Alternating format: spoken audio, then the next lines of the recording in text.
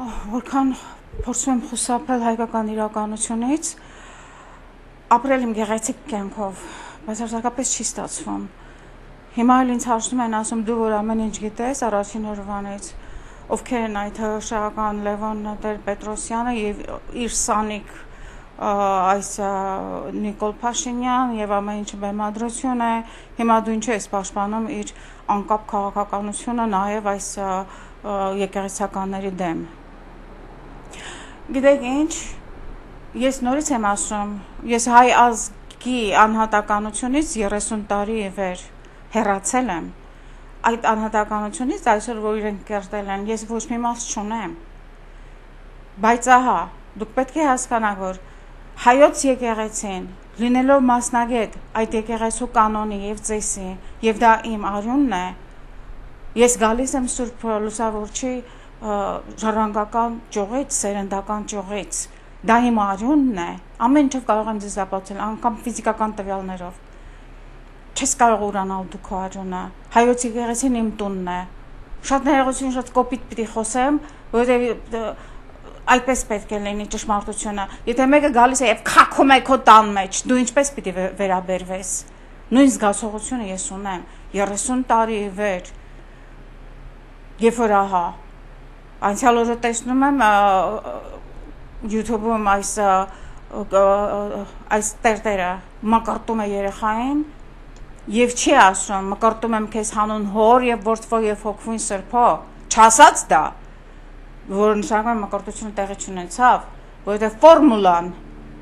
դոգմատիկ ֆորմուլաները ծեսի պետք է կատարածվի։ Այսինքն սրանք մի եկեղեցի են, որոնք կամ դիտմամբ են անում, կամ այնքան բթամիտ են եւ այնքան մեղսասեր, որ անգամ տարական կանոնները չեն պաշտպանում։ Այսինքն բան չկար սովետի ժամանակ։ Ես դա երբ 87-6 թվականից արդեն փորձում էի հասկանալ, 7 թվականից արդեն ակտիվ անդամ էի մեր եկեղեցիների։ Այդպիսի բան չկար։ Հիմա ամեն ինչը ինչպես է դիտմամբ, դիտավորյալ կերպով, ոնց որ սատանան մտել է եկեղեցի եւ ամեն ինչ անում է ծեսը, կանոնը, միստիկ խորհուրդները ավիրելու։ Եվ դուք դա չեք հասկանում։ Դա տեսանելի չէ ձեզ, որովհետև դուք հավատացյալ չեք։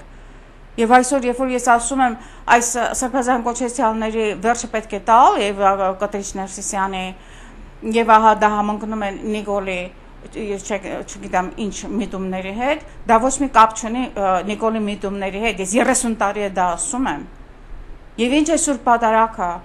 Դա մի այնպիսի միստիկ հսկա ծես է, որ ինչպես Կայեն եւ ինչպես Աբելի զոհաբերությունը, Կայենի զոհաբերությունը մերժվեց, ինչու, որովհետեւ Կայենը չէր սիրում Աստծուն, բացի այն, որ նա իր արատավոր այս ծորենն բերում, որ նշան է Սուրբ Հաղորդությանի դեպ, դնում էր իր այդ զոհասեղանի վրա եւ Աստված չէր ընդունում, մինչդեռ ահա Աբելի ծոցում մեծացած փոքրիկ գառնուկը, որ իր կյանքն էր, նա դնում էր զոհասեղանի վրա եւ հանկարծ բոլորի աչքի առաջ գառնուկ անհետանում էր, բարձրանում էր օդ, ընդունեց զոհաբերությունը, նույնն էլ Սուրբ Պատարագն է, մեր պատարագները, ես չգիտեմ, գուցե կան մեջները հավատացյալ քրիստոնյա քահանաներ, բայց այս պարագայում այսպիսի ղեկավարության տակ պատարագը չի ընդունվում, դա Կայենի դեֆեկտիվ պատարագն է, ոչ մի դեֆեկտիվ պաշտանունք Աստված չի ընդունում, հիշեք սա։ Քահանան պետք է լինի սուրբ, ոնց ուզում եք հասկացեք սա, որպեսզի նրա ծեսը ընդունվի։ Եվ ահա, այսինքն ես խոսում եմ մի եկեղեցու արատավոր ծառայության մասին եւ մեղսասեր նվիրապետության մասին, որը հիմքն է ըստ ուսուցման ազգի կործանման։ Ես անցյալ օրը այցելեցի, շատ բարեկամներ ունեմ, ուկրաինական, բյուզանդական կաթողիկ եկեղեցի, եւ մնացի ապշոց։ Վաղուց չէի գնացել, բայց այնտեղի մարդկանց հետ մոտ եմ շատ։ Պատարագ չկար համարյա,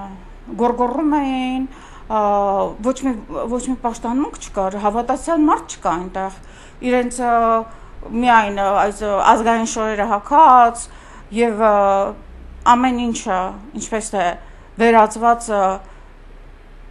էթնիկ հանդիպման փարդի գոռում գոչում երջախումբը անգամ հասարակ ռիթմը չի կարող պահել մի խոսքով մի կերպ դիմացա միջև վերջ հիմա ես չգիտեմ այդ պատարակը ընդունվեց աստծուց թե չընդունվեց բայց եթե դու գնում ես ռուսական եկեղեցի լրիվ ուրիշ պատկեր է ռուս ժողովուրդը չի պարտվելու հիշեք սա ուկրաինացիները պարտվեցին ջարդվեցին գոյություն չունի ուկրաինա սուտ եք ասում դուք ամբողջ ուկրաինան ջարդած է ավիրած է որովհետև նրանց եկեղեցին այդ էր որ ես տեսա անցյալ օրը իսկ ռուսական եկեղեցու զորությունը ինչպես թե ավտոյի բենզինը ճիշտ երբեք չի վերջանում եւ այդ մեքենան միշտ աշխատունակ է նույն պարագան եղավ հայերի հետ վերջացավ սրբությունը անբավեր դարձավ ծեսը եւ ահա ազգը վերջացավ Ղարաբաղը Պարքև սրբազանի նման ճիվաղի տակ էր պորնիկ եւ իր գանձասարով մեծ վնաս հասցրեց մեր եկեղեցուն հակաքաղքեդոնական այս ճիվաղները ուրեմն Քաղքեդոնի բանաձևերը բոլորը հունարեն է հույները հասկանում են ճիշտ այդ ինչպես եղավ որ դուք ոչ հունարենի մասնագետ չեք հասկանում ճիշտ եւ միջև հիմա օգտագործում եք դա բաժանելու եւ բացելու մեր եկեղեցին եւ այնտեղ ոչ մի հարց չկա վիճաբանության հարց չկա այնտեղ կա միայն ձեր իշխանության եւ ձեր բացասիրության հագուրտ տալու միտումը հասել ես ինչ եմ ասում իհարկե ես շատ զգայուն եմ այս պարագայում մեր եկեղեցու հարցերում շատ զգայուն եմ որտեղ ես գիտեմ որ հայ ազգի կործանումը կապված էր այս եկեղեցու կործանման հետ եւ իրենք պետք է դա հասկանային քահանայություն կա այնտեղ ի վերջո եպիսկոպոսների հետ պետք է լինի մեկը որ ծանոթ լինի կանոններին եւ ամեն ինչին եւ պետք է այդ հարցը դնեին եւ կտրիչի հեռացումը եւ դա կանոնական է եւ դա ընդունված բան է մարդը ինչ ուսուցում ունի դուք լսել եք Գարեգին բակոչվածի պատրիարքի եւ կաթողիկոսի ուսուցում Այդպիսի բան չկա, նա ուսուցում չունի, նա պետք է հեռանա եւ նա չի գնում։ Ես չգիտեմ, այս քաղաքական հարցերի մեջ ես չեմ մտնում, ես նորից եմ ասում, հայոց եկեղեցին իմ տունն է, ես չեմ կարող լինել անհավատ, ես չեմ կարող եղել սրբապերց, ես չեմ կարող ունենալ իմ հավատքը, որ իրենք ստիպեցին, բայց փառք Աստծո ես ունեմ սուրբ տեղեր, սուրբ քահանաներ, որոնցից ներշնչվում եմ, որոնք ինձ դնում են ճիշտ ուղու վրա եւ առանց որի ես չեմ առանց քահանայի, սուրբ քահանայի առանց բավերական եկեղեցու ես չեմ կարող ապրել։ Ես պիտի ամեն ինչ անեմ, որպեսզի Սուրբ Լուսավորչի փառքը վերականգնվի մեր եկեղեցու մեջ եւ ես արդեն իմ կյանքից քանի տարիներ եմ դրել զոհաբերելով իմ տեսողությունը, իմ առողջությունը, ամենասարսափելի այդ լքված բնագրերը գրափարի,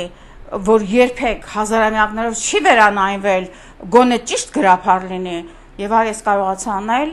եւ գիտեք ինչ,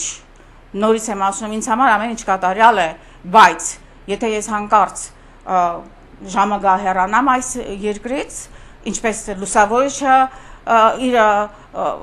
ողբացող սրտով գնաց, ինչպես Ներսես մեծը ողբացող սրտով գնաց, ինչպես բոլոր անգամ Խրեմյան հայրիկի սքի մասին էին պատմում։ Մենք հավատացյալներս միշտ այս վիճակում ենք, միշտ կայենը այնտեղ է մեր թիկունքին խփելու։